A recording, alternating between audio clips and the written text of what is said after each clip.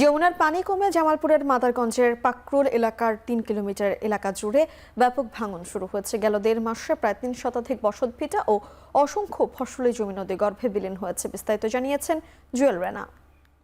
জামালপুরে যমুনার পানি কমে যাওয়ার সাথে সাথেই গত ১.৫ মাস ধরে জামালপুরের মাদারগঞ্জের চরপাকেরদহ ইউনিয়নের চরপাকরোল, মানিকদার, কাটমা, কোয়ালেকান্তি এই যে কয়েকটি গ্রাম রয়েছে, সেই গ্রামের গত ১.৫ মাস ধরে যমুনা নদীর ভাঙন শুরু হয়েছে তীব্র আকারে। এতে করে ৩ শতাধিক বাড়ি ঘর নদীগর্ভে বিলীন হয়েছে।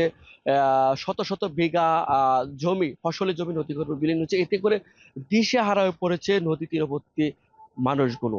ইতিমধ্যেই আমরা জানতে পেরেছি পানি উন্নয়ন বোর্ড থেকে, তারা বলছে নদী ভাঙন রোধে নদী ভাঙন কবলিত এলাকায় ৬০ লক্ষ টাকার জিও ব্যাগ ডাম্পিং তারা শুরু করেছে। তারা একটি স্থায়ী প্রকল্প হাতে নিয়েছে, তারা চেষ্টা করছে সেই প্রকল্পটি পাশ হলে তারা স্থায়ী একটি বাঁধ নির্মাণ করবে। নদী ভাঙন কবলিত এলাকার মানুষগুলো জানিয়েছে তারা এই মুহূর্তে নদী ভাঙন এর কবলে পড়ে তার দিশাহারা হয়ে পড়েছে। সব মিলিয়ে বলেছে নদী ভাঙন কবলিত এলাকাকে মানবতর জীবন কামড়ছে নদী ভাঙন কবলিত এলাকার মানুষগুলো। এই ছিল জামালপুর থেকে আমার কাছে নদী ভাঙনের সবশেষ তথ্য।